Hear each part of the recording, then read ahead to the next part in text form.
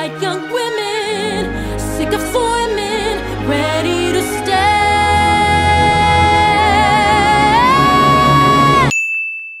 How is everybody doing out there? I hope y'all are well. So I am Jaren. I am a voice teacher, speech trainer, and the founder and owner of this amazing studio, the Jaren M. LaGuerre Studio.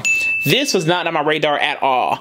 I didn't know she dropped this until I was on Instagram Live and somebody commented and said, "Hey, are you doing the HALLE video, the Part of the World video?" And I was like, "It's out?" And I was like, I was waiting until the movie came out like next month. And they were like, "No, they just dropped it a couple hours ago." And I'm like, oh. So I went to go look while I was on Instagram Live and I said, oh my God, the whole song is out. I was gonna wait until May to do, you know, several songs from the soundtrack. But when I saw that this was out, I was like, maybe I should go ahead and do this one. So y'all, let's get into this. I'm excited to hear this and I have not heard the song in its entirety. So I'm gonna react to it as well as analyze it all at the same time. So we're gonna see how this goes with this song, but I know she's gonna do it justice. So let's just dive into this. Here is the voice analysis of Halle Bailey singing Part of Your World from the live action version of Disney's Little Mermaid.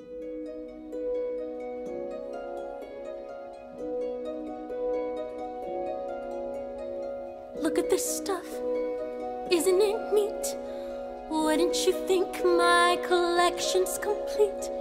Wouldn't you think I'm the girl who has everything? Girl who has everything. That was nice. It's like a gong. All of this light, bright articulation. Girl who has everything. And these little glottal onsets where the vocal folds are coming together nice and smooth but still strong. Girl who has everything. Oh, this is so good. Ooh, I'm so happy for her. Look at this trove, treasures untold. Look at this trove, treasures untold. The vowel was nice and rounded. Look at this trove, treasures untold. And the vibrato kind of just flowed right into those open trove, untold. Those two vowels right there. I love how she placed the vibrato. It was almost like a messa di voce or like a crescendo in the vibrato too, if that makes sense. Look at this trove, treasures untold. You see how I'm doing that? It's kind of da da da da. How many wonders can one cavern hold? Looking around here you think, show her, she's got everything. She's got everything. I like how she paced that instead of she's got everything. Almost like a speech, like a recitative moment or pacing there. I love that moment right there. All these little details are just so good. These little tiny things that I'm picking out, it just makes the whole package sound so amazing with these little intentional moves and details in her execution. Even how she's pronouncing these words, everything is bright and lifted. I bet you that palette is lifted. Everything's kind of bright and forward and lifted and kind of like that.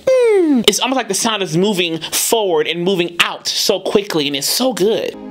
I've got gadgets and gizmos aplenty. I've got who's it's and what's it's galore. You want thingamabobs? I got 20. But who cares? No big deal. But who cares? No big deal. This vibrato, come on, girl. I love hearing this side of her. Not that I ever doubted that she had this side. It's just cool to hear her do these manipulations and these different things, which is very different than, you know, pop or R&B and things like that. She's really being intentional with every single move that she's making here. The placement of vibrato, the placement of the consonants, the friction of the consonants, the duration of pitch, the pacing of words. All these things are on purpose. I want more.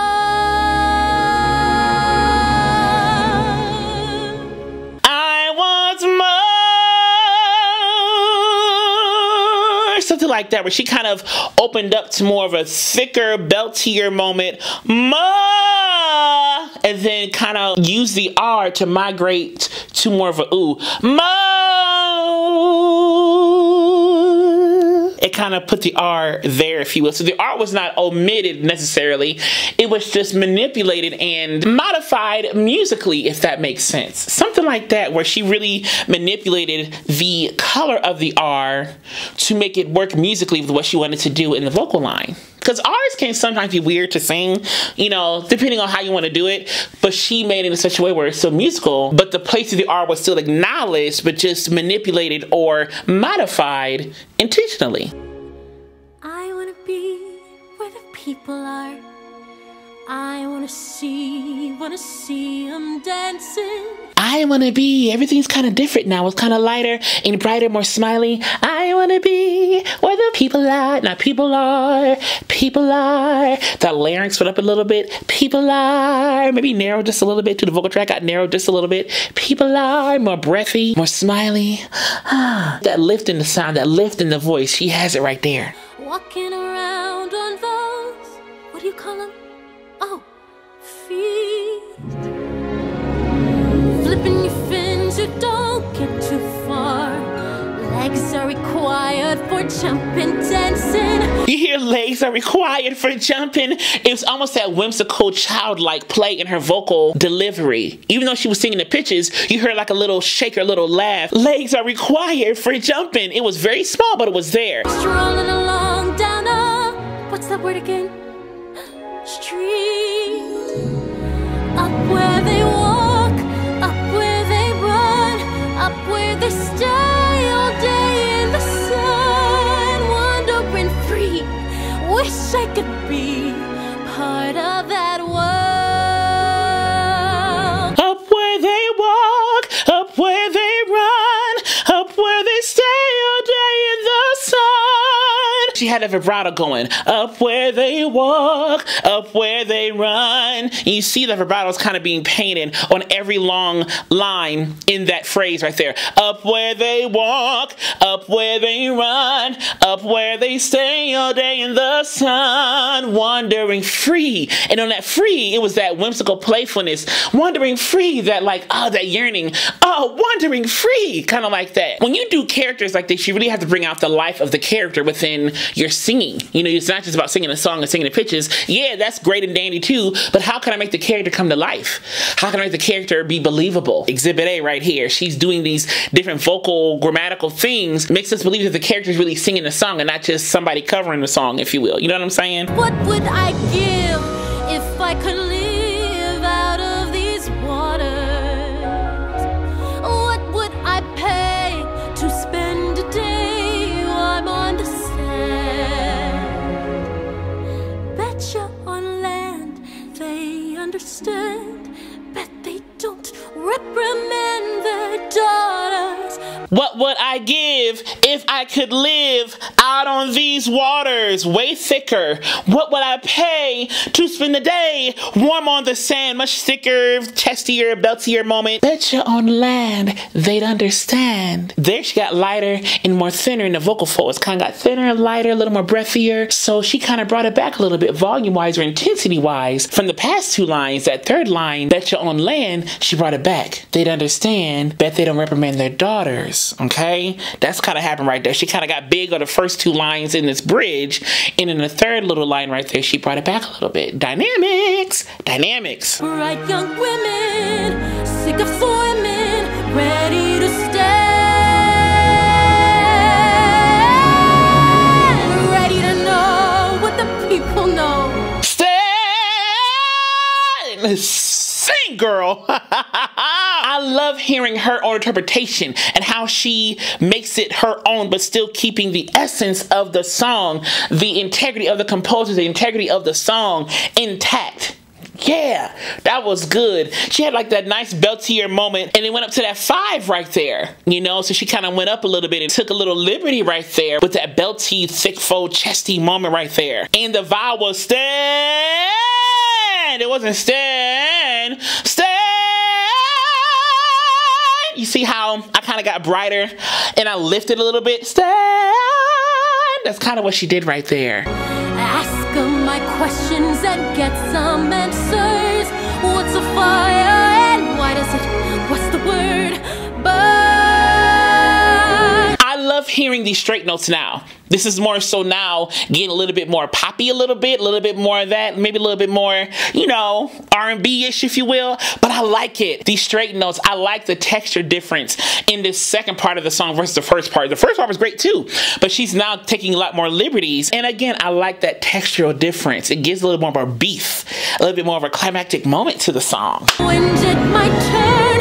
Wouldn't I love to explore that shore above?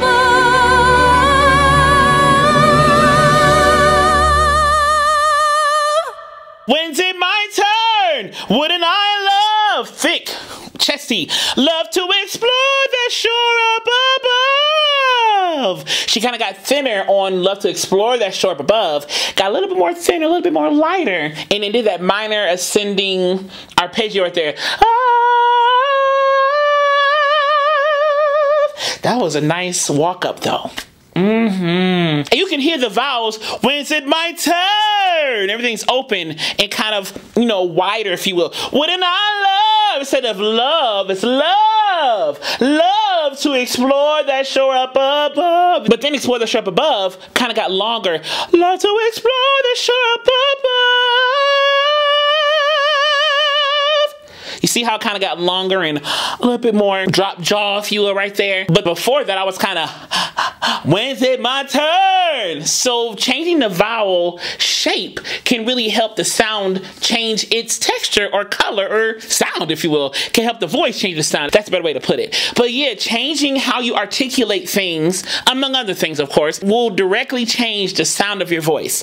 Of course, additionally, I think on When's It My Turn, When I Love, she brought a little bit of some beefiness through, like a cricoid tilting.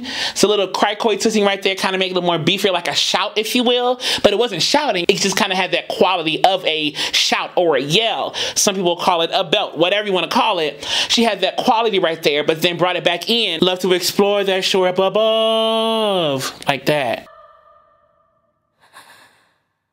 Out of the sea, wish I could be.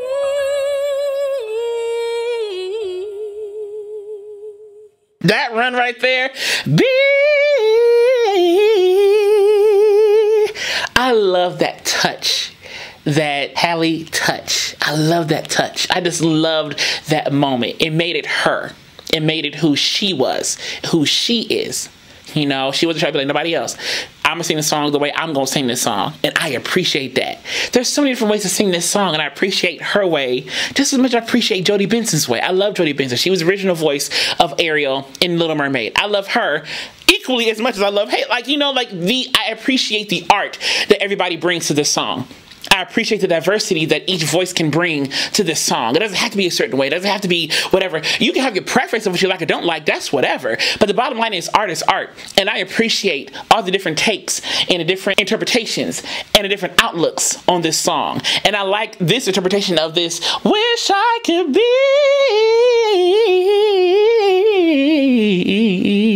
She ain't doing that. But you know, I like the little run that she did right there. I like that interpretation, that take, you know, that piece of art that she did right there. I like that. Part of that world.